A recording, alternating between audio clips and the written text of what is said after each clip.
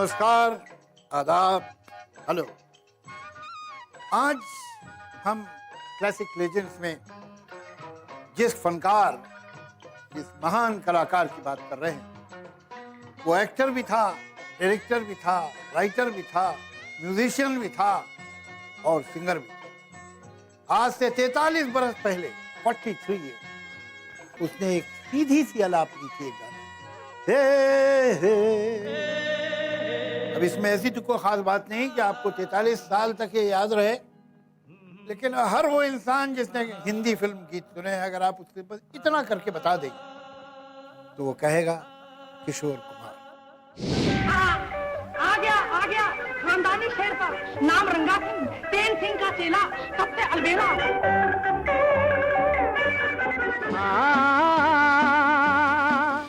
जीवन के सफर में राही मिलते हैं बिछड़ जाने को, और दे जाते हैं यादें तन्हाई में तड़पाने को। मुझे नाचना भी आता है। अरे तो फिर ये क्या था? ये तो सिर्फ चाल थी, अब कथक देखिए।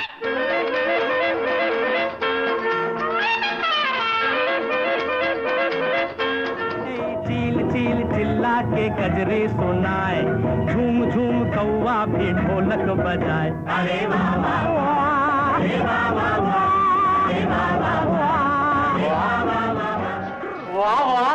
ओ साथी रे, तेरे बिना भी क्या जीना, तेरे बिना भी क्या जीना। वाकई किशोरदा की आवाज में ऐसा जादू था कि उन्होंने करोड़ों दिलों पर और उन दिलों के कोरे कागज पे अपने गीतों से अपना नाम हमेशा हमेशा के लिए लिख दिया था। पूरा कागज था ये मन मेरा, लिख लिया नाम इस पे तेरा। 1929 में 4 अगस्त को किशोर कुमार का जन्म हुआ था। मैं जब खंडवा गया और उस बाजार से गुजरा, उस गली में दाखिल हुआ, उस मकान के पास गया, तो मैं उस घर को हैरत से देख रहा था कि एक छोटा सा शहर का छोटा सा बाजार के छोटे से मकान में एक बच्चा पैदा हुआ था जिसकी आवाज सारी दुनिया में गूंजी और आज तक गूंज रही है और गूंजती रहेगी। ये एक मध्य प्रदेश के छोटे से शहर खंडवा में पैदा हुए थे। मैं खंडवा गया हूँ।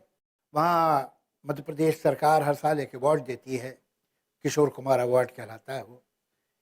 एक साल मुझे उन्होंने दिया था मेरी लिरिक राइटिंग के लिए। किशोर कुमार एक कोई बाकायदा ट्रेन सिंगर नहीं थे, जैसे एक सभ्य बंगाली घर में भद्र लोग जिन्हें कहते हैं, उनके घर में जितना संगीत, जितनी म्यूजिक होती है उतना था। उनके फादर तो लॉयर थे एक,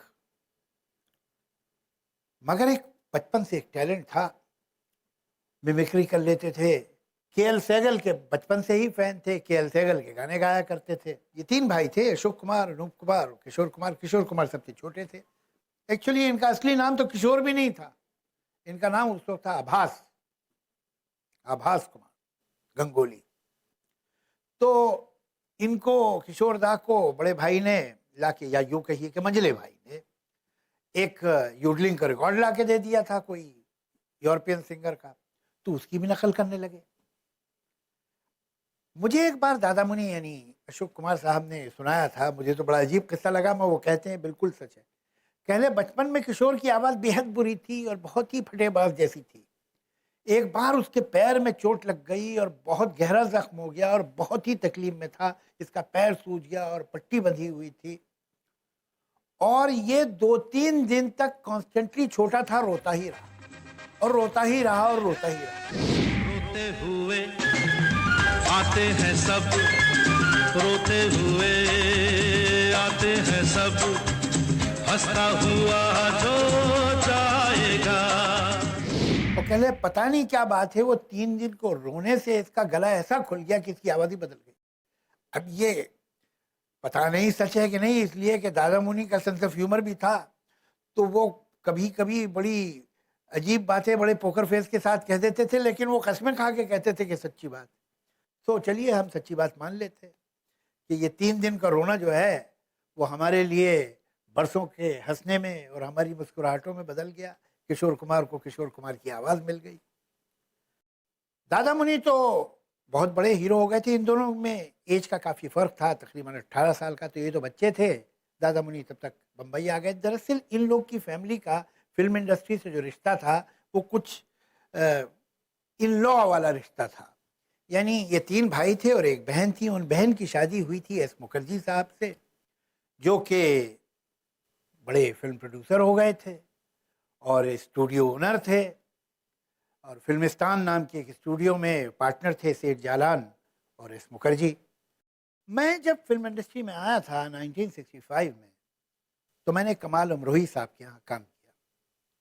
कमाल अमरोही साहब ने इसी बॉम्बे टॉकीज के लिए और दादा मुनि अशोक कुमार के लिए महल पिक्चर बनाई थी। तो उनके जो चीफ असिस्टेंट थे वो काफ़ी, उस वक्त उनकी उम्र थी, मैं तो बच्चा था जब आया, तो मुझे वो बताते थे उस ज़माने के बारे में। और वो बताते थे कि किशोर कुमार जब नया नया आया था तो वहाँ बैठा रहता था कैंटीन में, और वो कैंटीन पे तबला बजा बजा के वो बमचिक बमचिक बमचिक बमचिक गाया करता था। और हम लोग सब कहते थे कि पागल है। अरे भाई, दादा मुनि की तो बात ही अलग है, वो हीरो बन गए तो अब क्या हर आदमी इनकी फैमिली का चला आ रहा है और बन जाएगा, ये भी बन जाएगा क्या? तो हर एक को ऐसा लगता था कि बेकार निकम्मा लड़का है, बेकार ही आ गया है। गावा लेते थे, लिहाजा एक आध पिक्चर के गानों में कोरस में भी खड़े कर दिए गए। इमेजिन कीजिए, किशोर कुमार कोरस में खड़े हुए गा रहे हैं। उसके बाद उनको एक पिक्चर थी शिकारी, जिसके हीरो थे दादा मुनि, उसमें भाई थे, तो शायद इस वजह से एक छोटा सा रोल भी दे दिया गया। इन्होंने ये भी कर लिया।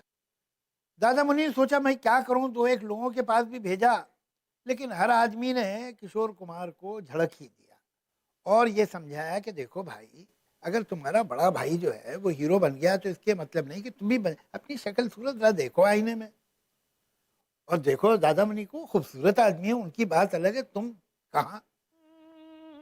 काफी लोगों ने ह्यूमिलेट किया किशोर कुमार को, और ये ह्यूमिलेशन किशोर कुमार को कभी भूला ही नहीं, वो हमेशा याद रहा और उसका जिक्र कभी ना कभी उसकी बातों में आ जाता। और वो लोग जिन्होंने, वो प्रोड्यूसर, वो डायरेक्टर जिन्होंने किशोर कुमार को उस जमाने में ह्यूमिलेट किया था, वो बाद में किशोर कुमार के पास आए जब वो कामयाब हो गया, लेकिन उसके दिल में उनके लिए एक तलखी थी, एक बिटरनेस थी। उसने उनके साथ काम किया नहीं।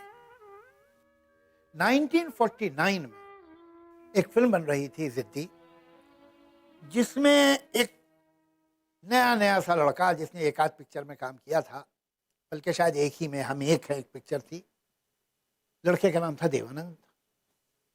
अब ये देखिए कि जब साथ हुआ है इनका, इसलिए कि पहली बार गाना किशोर कुमार ने जिद्दी में गाया, वो गाना था मरने की दुआएं क्यों मांगूं, जीने की तमन्ना कौन करे। गाना बड़ा पॉपुलर हुआ। मरने की दुआएं क्यों मांगूं। 1951 में किशोर कुमार को सही मानों में एक ब्रेक मिला। एक पिक्चर थी आंदोलन, जिसमें इनको हीरो ले लिया गया। उसके थोड़े ही दिनों बाद दूसरी पिक्चर मिली। ये पिक्चर बहुत इंपॉर्टेंट थी, इसलिए कि बिमल रॉय डायरेक्ट कर रहे थे, शीला रमानी इसमें हीरोइन थी, और इसका म्यूजिक दे रहे थे सलील चौधरी। आपने मेरी चिट्ठी का जवाब क्यों नहीं दिया? मुझे तो कोई चिट्ठी नहीं मिली। नहीं मिली?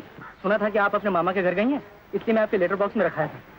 क्या लिखा था आपने चिट्ठी में? मुझे बंबई में 250 रुपए की नौकरी मिल गई है। अच्छा, हाँ, यही खबर देने के लिए तो मैंने आपको खत लिखा था, और साथ में आपके पिताजी को भी एक खत लिखा था। पिताजी को क्या लिखा था? आपसे शादी करने का प्रस्ताव किया था। वो चिट्ठी मिली नहीं? नहीं तो तब तो जरूर पिताजी के हाथ लग गई है और उन्होंने गुस्से में कहीं फेंक फाक दी होगी। कहती क्या है? फेंक दी? तब तो सब गड़बड़ हो गया। किशोर कुमार ने रिक्वेस्ट की बिमलदा से कि इसमें जो गाना है खास, वो मैं खुद गाना चाहता हूँ। बिमलदा ने सलील चौधरी से कहा। सलील चौधरी ने कहा ये क्या गाएगा, ये कोई ट्रेन सिंगर थोड़ी है, ऐसे ही गा लेता है, ये कोई बाकायदा सिंगर थोड़ी है। मगर वो किशोरदा पीछे पड़ गए सलील चौधरी के, आप मुझे गवा के तो देखिए, और उन्होंने वो गाना गाया, और इतना बेमिसाल गाया कि इंतहा। वो गाना बहुत बड़ा हिट हुआ, छोटा सा घर होगा बादलों की छांव में, आशा दीवानी मन में बांसुरी बजाए, बहुत ही कामयाब। किशोर कुमार चल। छोटा सा घर होगा बादलों की छाँव में, आशा दीवानी मन में बंसुरी बजाए।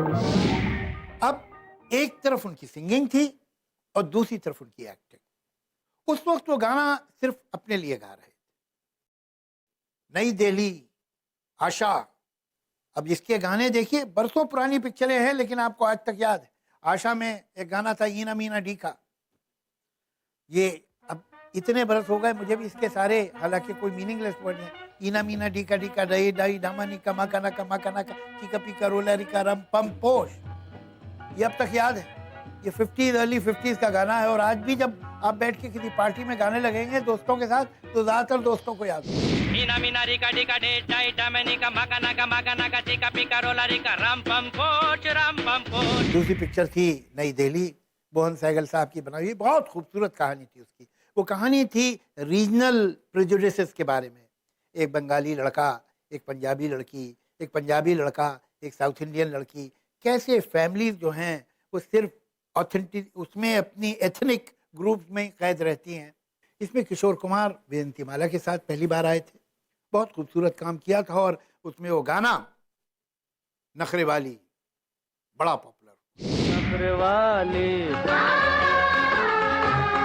नखरे वाली देखने में देख लो है कैसी भोली भाली, अजनबी ये छोरियां दिल पे डाले डोरियां, अजनबी ये छोरियां दिल पे डाले डोरियां, मन की काली। इसी जमाने में किशोर कुमार एस.डी. बर्मन साहब की एसोसिएशन में आ गए। एस.डी. बर्मन साहब ने उनसे एक बात कही जो इन्होंने अपनी गिरा में बांध ली। उन्होंने कहा, देखो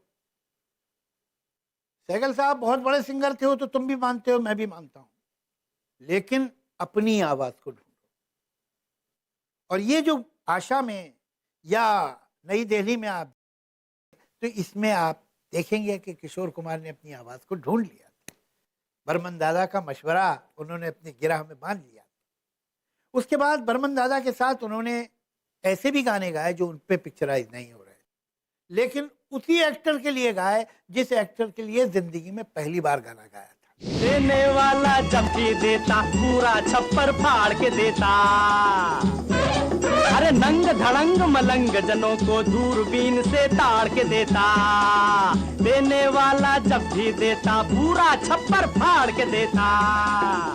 किशोर कुमार एक तरफ इंतहाई कामयाब एक्टर हो गए थे आशा और नई दिल्ली जैसी पिक्चरों की कामयाबी से, और दूसरी तरफ एक इंतहाई कामयाब प्लेबैक सिंगर। हालांकि वो सिर्फ अपने लिए और देवानंद के लिए गा रहे थे और ये उन्होंने रवाज बरसों तक रखा। फिर अगला कदम उन्होंने उठाया कि वो फिल्म प्रोड्यूसर भी बन गए और उन्होंने एक पिक्चर बनाई चलती का नाम गाड़ी, जिसमें तीनों गंगोली ब्रदर्स ने काम किया, अशोक कुमार, अनूप कुमार, किशोर कुमार। इस पिक्चर में हीरोइन थी मधुबाला। एक लड़की भीगी भागी सी छोटी रातों में जागी सी, मिली एक अजनबी से कोई आगे न पीछे, तुम ही कहो ये कोई बात है। किशोर कुमार की वैसे शादी 1950 में हो चुकी थी। उनका एक बेटा भी था जो बाद में अमित कुमार बना और खुद बहुत अच्छा सिंगर है, लेकिन वो शादी टूट रही थी। 58 तक वो रिश्ता बिखर चुका था और उस वक्त चलती के नाम गाड़ी की शूटिंग में उनकी मुलाकात हुई मधुबाला से। फिर ये कहानी किधर गई, फिर क्या हुआ, ये चलती के नाम गाड़ी में जो जिंदगी की गाड़ी थी उसने कौन सा रास्ता लिया। चलती के नाम गाड़ी की कामयाबी के साथ जहां एक तरफ उनकी दोस्ती मधुबाला से उनकी दोस्ती अपनी मंजिल तक पहुंच रही थी, वहां दूसरी तरफ किशोर कुमार भी कामयाबी की मंजिलों पे आगे बढ़ते ही चले जा रहे थे। उनके गाने चलती के नाम गाड़ी का हर गाना, एक लड़की भीगी भागी सी, बाबू समझो इशारे, और ख़ास तौर से वो गाना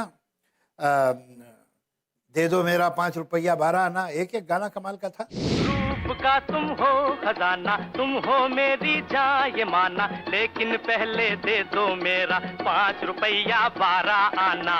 5 रुपया 12 आना, मारेगा भैया नाना नाना। और किशोर कुमार एक नए अंदाज से गा रहे थे। बर्मन दादा के साथ तो खैर उनका कॉम्बिनेशन हमेशा से ही बहुत दिलचस्प रहा है। 56 में उन्होंने फंटूश में जो गाना गाया था, है मेरी टोपी पलट किया। किशोर कुमार जहां अपनी खूबसूरत आवाज़ लाए थे, एक अजीब अजीब करतब लाए थे, साथ में एक चीज़ थी योडलिंग, जो हिंदी स्क्रीन पे कभी नहीं आई।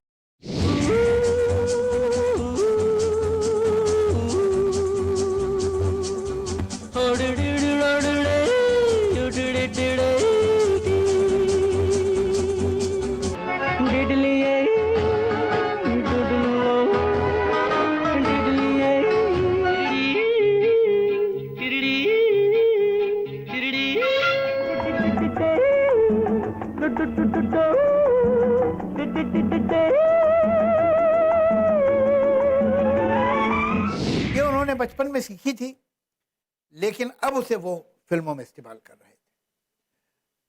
नखरे वाली, उसमें झुमरू के गानों में, झुमरू के बारे में मैं आपको बताना चाहूँगा कि झुमरू में किशोर कुमार ने म्यूजिक भी खुद ही दी थी, और इसमें भी मैं हूँ झुम झुम झुम झुम झुमरू, ऐसे मज़ेदार गाने थे। मैं हूँ झुम झुम झुम झुम झुमरू, पकड़ घूमू बन के घुमरू, मैं ये प्यार का गीत सुनाता चला।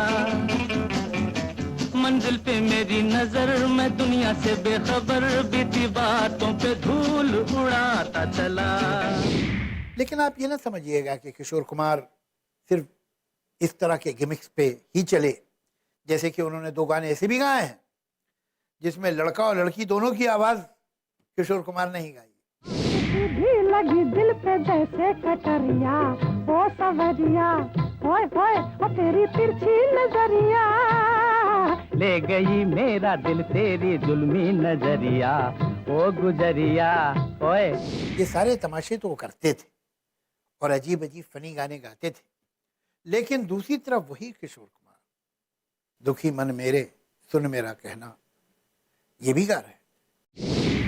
मन मेरे सुन मेरा कहना, जहाँ नहीं चैना वहाँ नहीं रहना।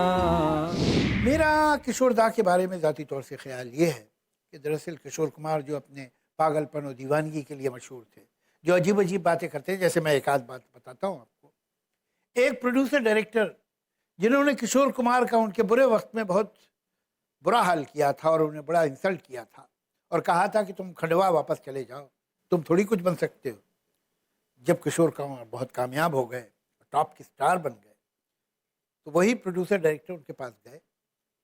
किशोर कुमार का अपना ही अंदाज था। उन्होंने कहा ठीक है मैं आपकी पिक्चर करूंगा, लेकिन एक शर्त है, पवाई लेक है ना, वहां पर आप 2 कश्तियां आपको पानी में रखनी होंगी और हम दोनों वहां जाएंगे, धोती कुर्ता पहने, गांधी कैप लगाए, दोनों के तिलक लगा होगा और तिलक पे चावल बहुत जरूरी है, दोनों के तिलक में चावल लगा होगा। हम दोनों एक पैर एक कश्ती में रखेंगे और एक पैर एक, और वहां पर मैं आपका कॉन्ट्रैक्ट साइन करूंगा। तो प्रोड्यूसर समझाए मजाक कर रहे, बिल्कुल संजीदा बैठे रहे। मतलब मैं सीरियस हूँ, मैं आपसे कॉन्ट्रैक्ट ऐसे ही साइन करूंगा वरना नहीं। तो प्रोड्यूसर ने कहा अच्छा ठीक है, 2 बोट्स का तो मैं इंतजाम कर लूंगा, लेकिन ये धोती कुर्ता और टीका, मगर टीके में चावल ना भूल जाइएगा। तो वो इस तरह की बातें सिर्फ इसलिए करते थे कि उन्हें वो पिक्चर करनी नहीं थी। ये दीवानगी अपनी जगह है, लेकिन हकीकत यह है कि मुझे ऐसा लगता है कि किशोर कुमार बहुत तन्हा आदमी थे। ये जो मुस्कुराता हुआ और ये कॉमेडी करता हुआ चेहरा है किशोर दा का, ये दरअसल एक मास्क है। इसके पीछे एक बहुत संजीदा और बहुत सोचने वाला आदमी छुपा हुआ है, जिससे वो छुपा के रखते हैं। हाँ चल के तुझे मैं लेके चलूं एक ऐसे गगन के तले, जहाँ गम भी न हो आंसू भी न हो, बस प्यार ही प्यार फले। एक ऐसे गगन के तले। अब देखिए, उन्होंने जो खुद फिल्में बनाई, डायरेक्ट भी की, लिखी भी, तो अगर एक तरफ उन्होंने बिल्कुल एक पागलपन की फिल्म बनाई, बढ़ती का नाम दाढ़ी, जिसमें उन्होंने अपनी तरह तरह की फैंटेसी पूरी की, इसलिए कि स्कूल में, कॉलेज में वो केएन सिंह जो विलन थे उन्हें देखते थे, तो अब उनका एक पागलपन का ख्याल था कि केएन सिंह अगर मुरली हाथ में लेके गाना गाए गोपियों के साथ तो कैसा लगेगा। और उन्होंने वो सीन भी लिया, उस पिक्चर में था, वो अलग है। लेकिन उसी किशोर कुमार ने जो दूसरी फिल्में बनाई, दूर गगन की छांव में, दूर का राही, इनमें बहुत गहराई थी। इसके गीत भी किशोर कुमार ने लिखे। वो गीत किसी ऐसे ही आदमी के हाथ के लिखे हुए हैं जिसके दिल में गम है, नरमी है, एहसास। बेकरार दिल तू गाए जा, खुशियों से भरे वो तराने, जिन्हें सुन के दुनिया झूम उठे और झूम उठे दिल दीवाने। बेकरार दिल अरे तू गाए जा। किशोर कुमार के जो मस्तियाँ थीं, जो प्रैक्टिकल जोक्स थे, जो कॉमेडी थी, जो मिमिक्री थी, वो तो हर बात गा के कर लेते थे। मुझे याद है, एक गाना हमारा ही रिकॉर्ड हो रहा था, तो उनके जो कैबिन होता है प्लेबैक सिंगर का, वहाँ कुर्सी नहीं थी, तो वो गाने लगे, मेरी कुर्सी कहाँ है मेरी कुर्सी, तो हर चीज़ वो गा के बोलते थे। समझ लो कि उसकी शादी का मुहूर्त निकल आया है और वो लड़का सेहरा बांध कर घोड़े पे बैठने वाला है, घोड़े पे बैठने वाला है।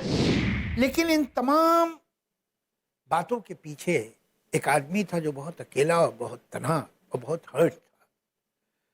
उसे जिंदगी ने जिस तरह से ट्रीट किया था उस वक्त, जबकि वो कुछ नहीं था, वो उसे याद था और वो समझता था कि आज जो मुझसे अच्छी तरह मिल रहे हैं वो मेरे नाम, मेरी कामयाबी, मेरी शोहरत, मेरी दौलत की वजह से मिल रहे हैं।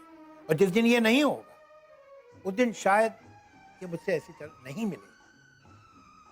और मुझे बात दुख से कहनी पड़ती है कि शायद किसी हद तक किशोर कुमार का शक सही भी था। किशोर कुमार 60s में बड़े कामयाब गाने गाता रहे, मेरा दिल,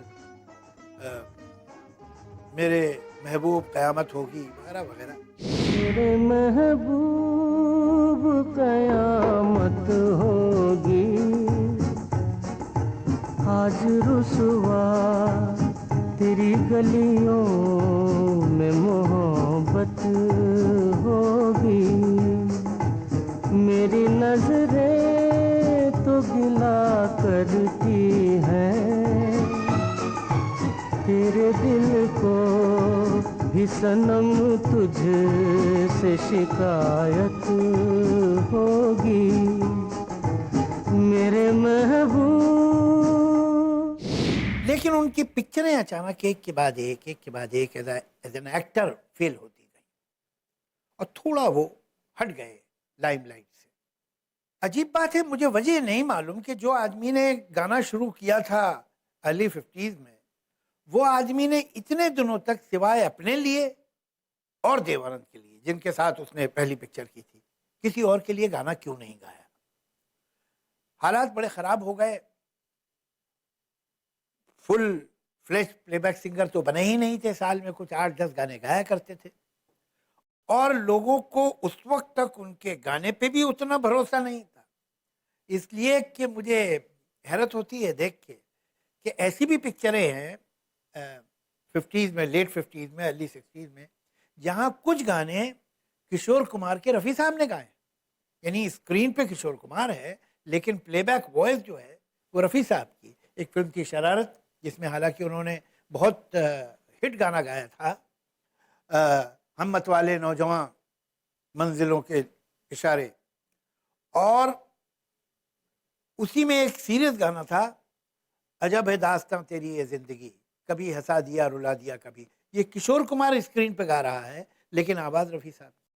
अजब है दास्तां तेरी ए जिंदगी, अजब है दास्तां तेरी है जिंदगी, कभी हंसा दिया रुला दिया कभी।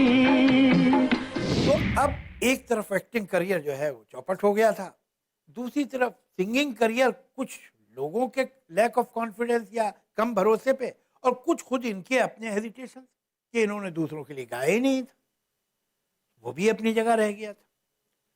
किशोर कुमार पे इनकम टैक्स के बड़े लाइबिलिटीज हो गई, बहुत परेशानी में आ गए, घर भी कुर्की हो सकता था, सब कुछ खो सकते थे। अब उनके पास एक ही रास्ता था कि वो गाएं, तो वो प्रोग्राम्स करने लगे और उससे वो पैसा रेस करके इनकम टैक्स वालों को देने लगे। शायद क्योंकि मजबूरी थी, कुछ ऐसे हालात थे कि अब गाना ही पड़ेगा, तो बर्मन दा फिर उनके काम आए।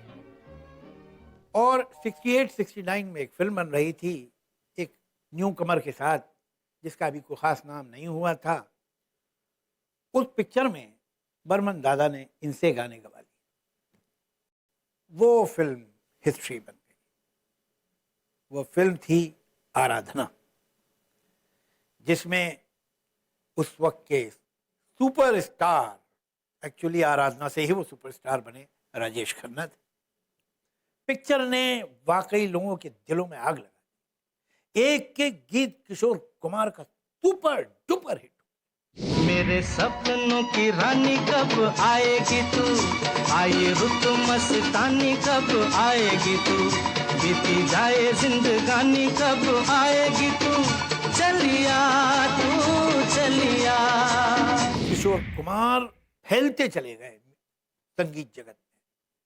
पिछले 20-22 साल से उस म्यूजिक इंडस्ट्री जिसपे मेरे ख्याल से 90% गाने, 90% गाने रफ़ी साहब गाया करते थे और 10% बाकियों में बढ़ जाते थे, वो पूरी की पूरी किशोर कुमार के हाथ में आ गई। अब कहाँ तो हर आदमी रफ़ी साहब की आवाज़ चाहता था, अब ये हो गया कि हर आदमी, हर हीरो किशोर कुमार की आवाज़ में गाने लगा। लोगों ने किशोर कुमार को सर पे बिठा लिया।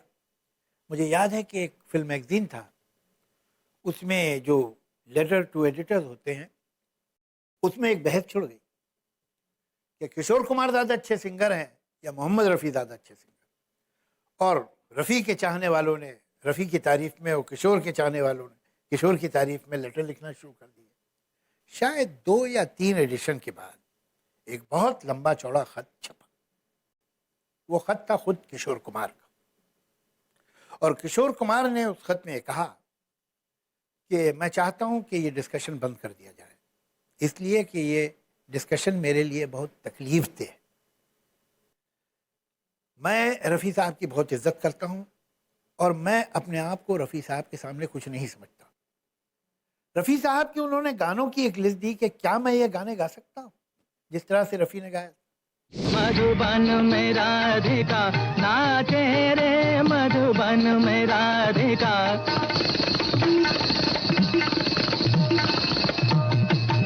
ओदे नादर दिरतानी ताधारे धीम धीम तना ना नादर दिरतानी ताधारे धीम धीम तना ना नादर दिरतानी ताधारे धीम धीम तना नादर दिरतानी ताधारे, ओदे ताना धीर धीर ताना धीर धीर धीर धीर तुम धीर धीर धीर, तिरकिड़ता तुम तिरकिड़ता का तिरकिड़ता दाने नादर दिरता नेता ओदे नादर दिरता नेता ओदे नादर दिरता नेता दार धीम धीम ताना। और मेरा रफ़ी साहब से मुकाबला करना जो है बिल्कुल गलत है और ये मेरे लिए बहुत शर्म की बात है, लिहाजा इस टॉपिक को बंद किया। इस खत से ये साबित नहीं होता कि कौन बड़ा सिंगर था और कौन छोटा सिंगर था। इस खत से सिर्फ एक बात साबित होती है कि किशोर कुमार एक बड़े दिल का, किशोर कुमार एक अच्छा आदमी भी था, सिंगर ही नहीं। मेरे दिल में इस बात की बड़ी इज्जत है किशोर साहब की। किशोर कुमार ने जहाँ बहुत एनर्जेटिक, बड़े खूबसूरत गाने गाए और बहुत तेवर के साथ गाने गाए, जहाँ उनकी आवाज़ गाने में एक तीर की तरह आती थी, तो दूसरी तरफ बहुत ही सॉफ्ट, बहुत ही जेंटल, सेंसिटिव गाने भी गाए और उसमें उनकी आवाज़ की गहराई कुछ और होती थी। ये जीवन है, इस जीवन का यही है रंग रूप, पल पल दिल के पास तुम रहती हो। ये गीत कैसे गाया है? पल पल दिल के पास तुम रहती हो। उसमें कितना रोमांस उस आवाज में दिखाई देता है, कितनी सॉफ्टनेस, कितना पैशन, कितनी जेंटलनेस, कितनी नरमी है उस आवाज में। वो ट्रेन सिंगर नहीं थे, लेकिन जब उनके पास क्लासिकल ट्यून्स भी आई, तो जैसे मेरे नैना सावन भादो, क्या खूबसूरत गाया। मेरे नैना सावन भादो, फिर भी मेरा मन प्यासा, फिर भी मेरा मन प्यासा। मैं एक बात बहुत डरते डरते, झिझकते झिझकते कहना चाहूंगा, लेकिन कहूंगा जरूर, इसलिए कि मैं किशोर कुमार का बड़ा हार्डकोर फैन हूं। किशोर कुमार ने जब भी किसी के साथ गाना गाया है तो आपको एक फर्क महसूस हुआ है, किसी के भी साथ हो, मेल सिंगर हो या फीमेल सिंगर। देखिए, ये सारे सिंगर्स सर आंखों पे ग्रेट सिंगर्स थे, हैं, इसीलिए वहां हैं, इसीलिए वहां थे, सब अच्छे। किशोर कुमार में कुछ अलग बात थी। आप ये देखिए कि कभी भी किशोर कुमार ने जब गाया है किसी के साथ गाना, तो आपका ध्यान किशोर कुमार की आवाज पे ही रहता था। अगर एक ऐसा गाना हुआ है कि जिसका एक मेल वर्जन है, ये एक फीमेल वर्जन है। तुमसे प्यार कितना ये हम नहीं जानते, मगर जी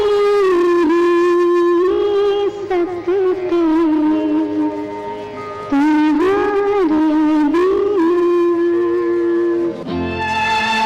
हमें तुमसे प्यार कितना ये हम नहीं जानते, मगर जी नहीं सकते तुम्हारे बिना।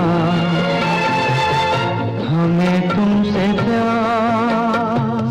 या एक किशोर कुमार का मेल वर्जन है, एक किसी और सिंगर का मेल वर्जन है, ऐसी बहुत मिसालें हैं। तो फिर उसमें किशोर कुमार का ही गाना चला है, वो दूसरा वर्जन नहीं चला, किशोर कुमार ही का गाना हिट हुआ है। ये एक एज थी। बिन जाऊं कहाँ, तुम बिन जाऊं कहाँ, के दुनिया में आके कुछ न फिर चाह सनम तुमको चाह के। तुम बिन जाऊं कहाँ, के दुनिया में आके कुछ न फिर चाह कभी तुमको चाह के। तुम बिन हा हा हा हा हा हा हा हा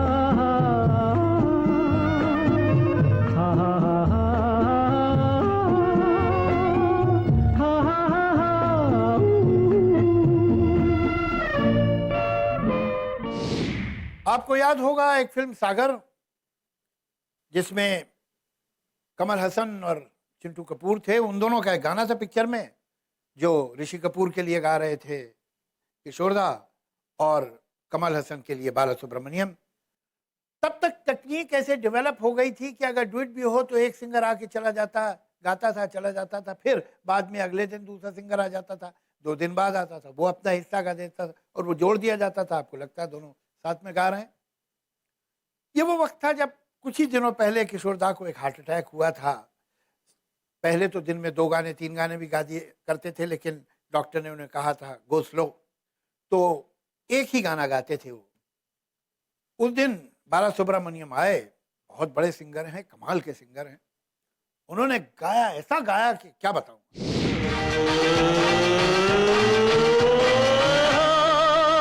यूं ही गाते रहो,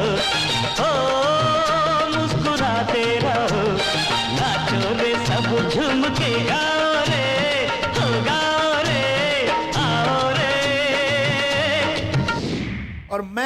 किशोर कुमार का वफादार और उनका चाहने वाला, उनका फैन।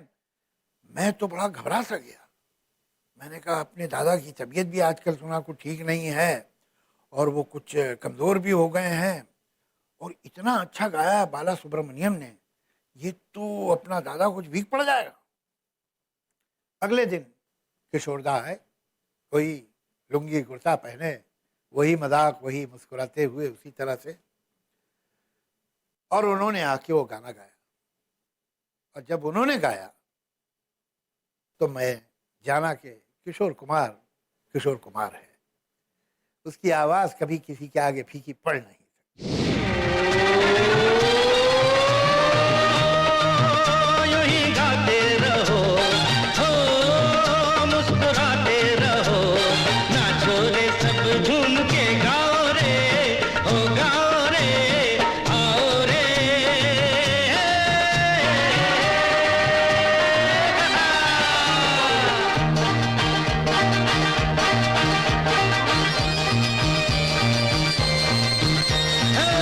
जब तलक रात रहे जाम रहे, दिल को दीवानगी से काम रहे, ओ यार तुझको मेरी यारी की कसम, हमसे अब दोस्ती का नाम रहे, चलो अब झूम के मस्ती में ये गाओ रे।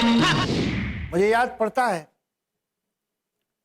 कि किसी रिकॉर्डिंग के दौरान मुझसे किशोरदा ने कहा था कि मैंने वसीयत की है कि जब मैं मर जाऊं तो मेरा क्रियाक्रम खंडवा में किया जाए। तो मैंने कहा क्यों दादा, ऐसी क्या बात है, खंडवा में क्यों?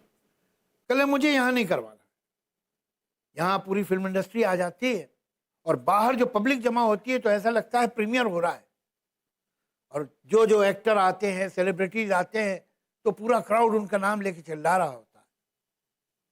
मुझे अपनी मौत पे तमाशा नहीं कराना। मैं तो एक छोटे से शहर से आया था और वहीं की मिट्टी है मेरे बदन की, और वो वहीं वापस जाएगी। और ऐसा ही हुआ। आज खंडवा में उनकी समाधि है, वो नहीं है, लेकिन आप यकीन कीजिए कि जो नौजवान म्यूज़िक डायरेक्टर्स भी हैं, जो उनके गुजरने के बरसों के बाद आए, जो ज़िंदगी में कभी किशोर कुमार से मिले भी नहीं, वो धुन बनाते हैं और उसके बाद उदासी से कहते हैं काश ये गाना किशोरदा ने गाया होता। कितने गाने ऐसे जो म्यूज़िक डायरेक्टर्स को ऐसा महसूस होता है कि जैसा किशोर कुमार ने गाना गाया होता, ऐसा कोई गाने वाला है नहीं। इसके साथ इंसाफ सिर्फ किशोर कुमार कर सकता है। खैर, अब वो तो है नहीं, लेकिन उनके गीत हमारे साथ हैं, और जब तक हम हैं ये गीत हमारे साथ रहेंगे। किशोर कुमार की आवाज़ हमारे जहनों में, हमारी यादों में, हमारे कानों में, हमारी जिंदगी में हमेशा हमेशा के लिए गूंजती रहेगी। तूने ये क्या किया, बेवफा बन गया, वादा तोड़ के चल दिया इस तरह राहों में, तू मुझे पीछे छोड़ के, आगे तू निकल गया, साथ ही तू बदल गया, तोड़ी दोस्ती ये दोस्ती हम नहीं